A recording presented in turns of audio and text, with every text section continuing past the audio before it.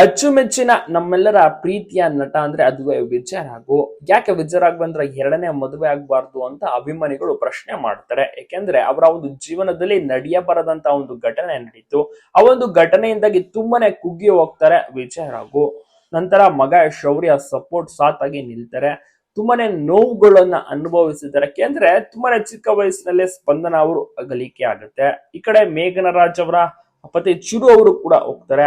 ಅದು ಮೇಘನ ರಾಜ್ ಅವರು ತುಂಬಾ ಗರ್ಭಿಣಿ ಆಗಿದ್ದಂತ ಟೈಮಲ್ಲಿ ಇನ್ನೆಷ್ಟು ನೋವನ್ನ ತಿಂದಿರ್ಬೋದು. ರಾಯನ್ ಬಂದ ಮೇಲೆ ಮೇಘನ ರಾಜ್ ಅವರಿಗೆ ಒಂದ್ ಸ್ವಲ್ಪ ನೆಮ್ಮದಿ ಸಿಕ್ಕಿದಂತಾಯ್ತು. ಸೊ ಹೀಗಾಗಿ ಅಭಿಮಾನಿಗಳು ಈ ಒಂದು ಅಂದ್ರೆ ಇವರನ್ನ ನೋಡಿ ಈ ಒಂದು ಜೋಡಿ ಒಂದಾದ್ರೆ ಚೆನ್ನಾಗಿರುತ್ತೆ ಅಂತೆಲ್ಲ ಕಮೆಂಟ್ ಮಾಡ್ತಾರೆ. ಬಟ್ ಇಬ್ರು ಕೂಡ ಕೇವಲ ಆಪ್ತ ಸ್ನೇಹಿತರಷ್ಟೇ, ಅದನ್ನ ಬಿಟ್ರೆ ಬೇರೆ ಏನು ಕೂಡ ಇಲ್ಲ.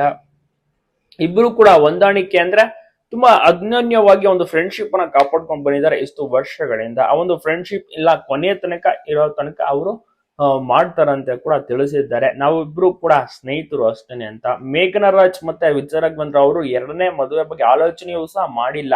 ಈ ರೀತಿಯ ಒಂದು ಗಾಸಿಪ್ ಕ್ರಿಯೇಟ್ ಆಗ್ತಾ ಇದೆ ಅಂತ ಅವ್ರಿಗೂ ಕೂಡ ಗೊತ್ತಿರುತ್ತೆ. ಬಟ್ ಆದ್ರೆ ಅವರು ಅದಕ್ಕೆಲ್ಲ ತಲೆ ಕೆಡಿಸ್ಕೊಳ್ಳಲ್ಲ. ಅಭಿಮಾನಿಗಳು ಕೆಲವಷ್ಟು ಜನ ಈ ಒಂದು ಜೋಡಿನ ನೋಡಿ ಇಷ್ಟಪಟ್ಟು ಒಂದಾದ್ರೆ ಚೆನ್ನಾಗಿರುತ್ತೆ ಅಂತೆಲ್ಲ ಕಮೆಂಟ್ ಗಳನ್ನ ಮಾಡ್ತಾನೆ ಇರ್ತಾರೆ.